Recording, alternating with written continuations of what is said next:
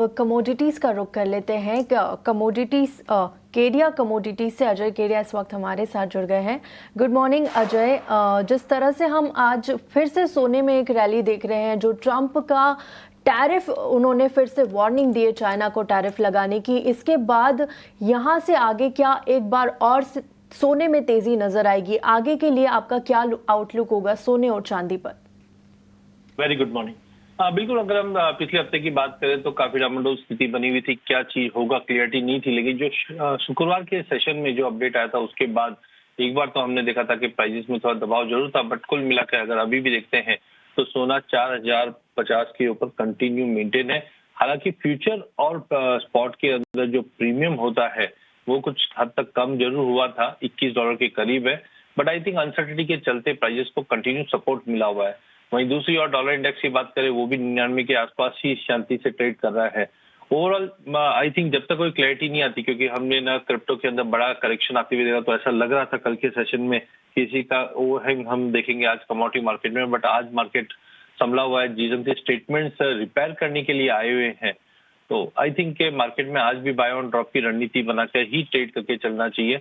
जहाँ पे सबसे पहले अगर हम गोल्ड की अगर बात करें तो 1,21,000 पे बाई कीजिए, 1,20,600 का स्टॉप लॉस लगाइए, 1,22,000 का टारगेट रखिए, बट ध्यान रखिए वॉल्टिलिटी एक्सट्रीम है, तो बिना स्टॉप लॉस के कोई ट्रेड ना करे, छोटा ट्रेड करे। वहीं अगर चांदी की अगर बात करें तो वॉल्टिलिटी एक्सट्रीम देखी गई है। पिछले हफ्ते हमने 1,53 के हाई से 1,44,144 का लो भी लगते हुए देखा है, मतलब 10,000 रुपए तक की तेजी मंदी हमने आती हुई देखी है।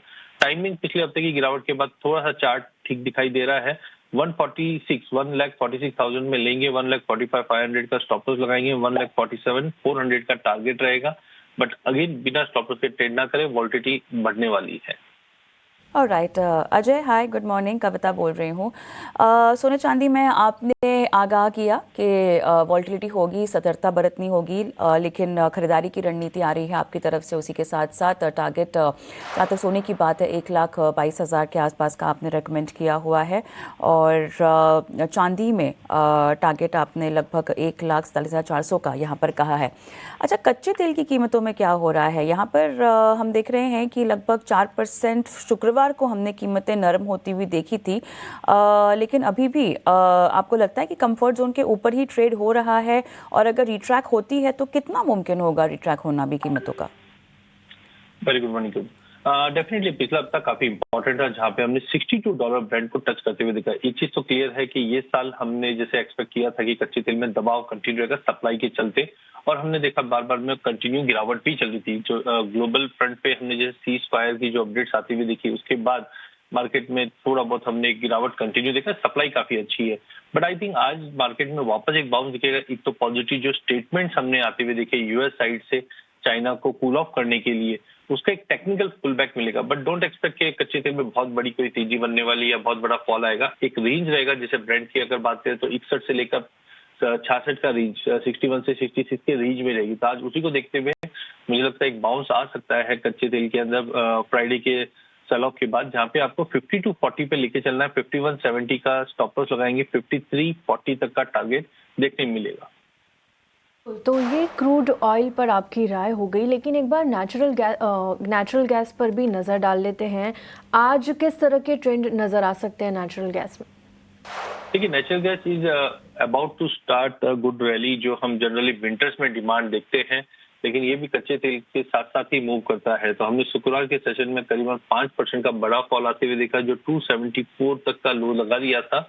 बट जिस ढंग से एक चीज है, हाई साइड पे दबाव इसलिए भी है क्योंकि जो स्टोरेज लेवल है यूरोप के अंदर वो रिकॉर्ड पे है, मतलब पिछले साल के हिसाब से ठीक ठाक है। अब जैसे नवंबर में एंटर करेंगे तब हम देखेंगे इसके कंजम्पशन किस तरह से बढ़ते हैं। तो शुक्रवार की बड़ी गिरावट के बाद लग रहा है कि टेक्निकल पुलबैक मिल जाएगा। 274 पे लेंगे, 270 का स्टॉप लॉस लगाएंगे, 280 का एक टेक्निकल बाउंस देखने मिल जाएगा। ऑलराइट, थोड़ा सा बेस मेटल्स की ओर भी रुक कर लेते हैं।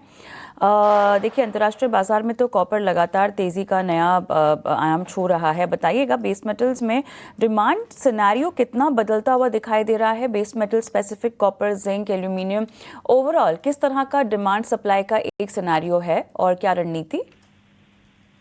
देखिए, तो मुझे लगता है कि जिस ढंग से हमने पहले एनर्जी में एक बड़ा मूवमेंट देखा, फिर सोने चांदी में देखा, अब जो रैली स्टार्ट होनी है वो पूरे मेटल पैक की होगी, जहां जिसका लीडर कॉपर है। ऑलरेडी हमने देखा प्राइसेस 870 से 1025 तक चले गया था। हालांकि शुक्रवार के सेशन में एक बड़ा सेल ऑफ देखा था हमने, बट ओवरऑल मुझे लगता है कि डिमांड के मोर्चे पे जैसे हम Q4 में जाएंगे ये बढ़ेगा। सेकेंडली सप्लाई इस वक्त काफी इंपॉर्टेंट है, क्योंकि कोडेल्को एंड गैसबेरी माइंस है, यहाँ पे आउटपुट डिस्टर्बेंस बने हुए एक्सीडेंट के चलते, और साथ में जिस ढंग से रेयर अर्थ मेटल पे जो कंसर्न्स करना स्टार्ट हुआ है चाइना का, वो एक बड़ा गेम चेंजर रहेगा।